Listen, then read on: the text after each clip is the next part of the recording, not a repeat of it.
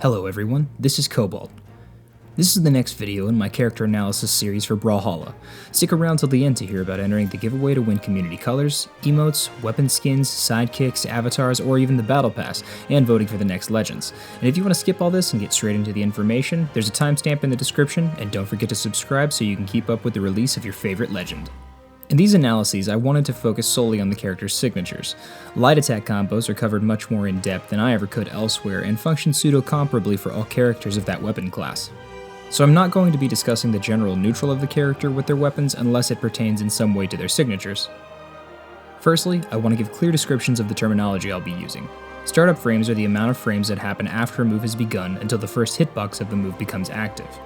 Active frames are the duration of frames that the move contains hitboxes that can collide with your opponent. FAF, or First Actionable Frame, is the first frame available where your character is able to move again after the move has been started. For all of this data, I use the character's jump to display the first actionable frame. Lastly, On Miss refers to the move not connecting with an opponent, and On Hit refers to the move making contact with an opponent.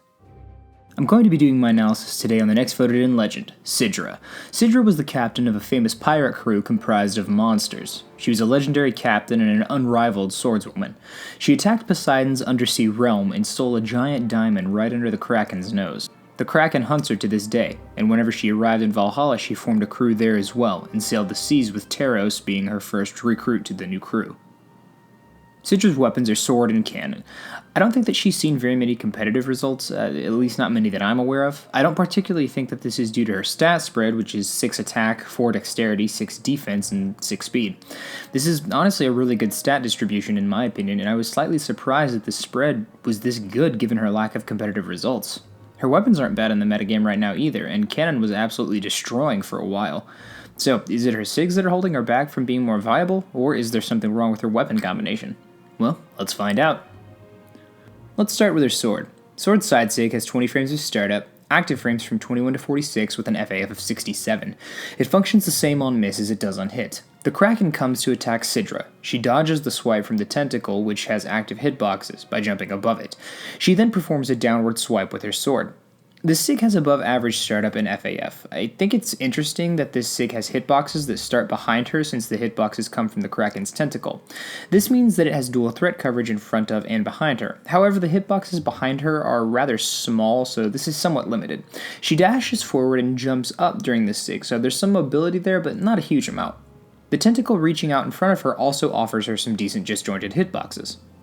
Sword neutral SIG has 18 frames of startup, active frames from 19 to 37 with an FAF of 58. It functions differently on miss than it does on hit. Should the move connect, it functions as a command grab with a new FAF of 62. The Kraken's tentacle erupts in front of Sidra, extending upward, reaching to grab anything in its path. Should the tentacle grab the opponent, it brings them down and Sidra slices them with her sword. This SIG functions as a command grab, hits grounded opponents, and reaches really high up into the air, offering it coverage for stacked opponents as well as jumping ones. And it has slightly below average startup and FAF, so at really close range it's slightly faster to use than her side SIG.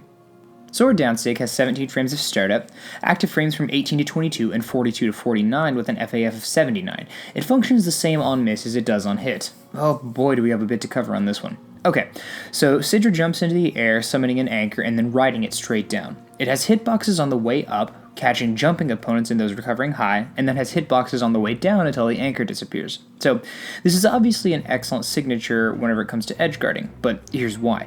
Whenever done off stage, the end lag on this move drops by 12 frames, meaning she has an FAF of 67 as opposed to 79. So she has significantly less end lag whenever using it as an edge guarding tool versus as on stage.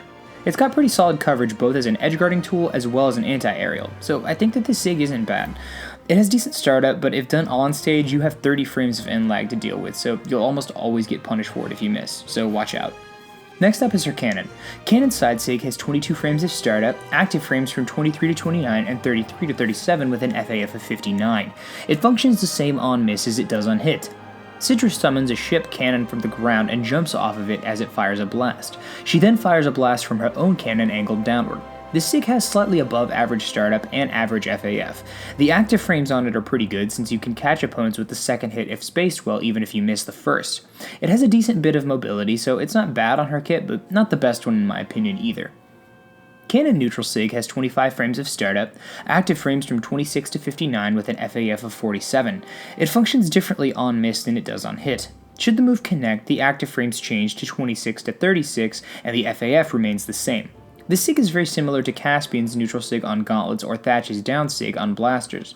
Sidra fires a cannonball at an angle in front of her with an arcing pattern. The sig is unique because the FAF on the move is prior to the end of the hitbox duration, meaning she can begin her movement while the hitboxes for the cannonball are still active. It catches jumping opponents really well and has a huge horizontal range to it. It's a solid sig with some beneficial coverage on her kit.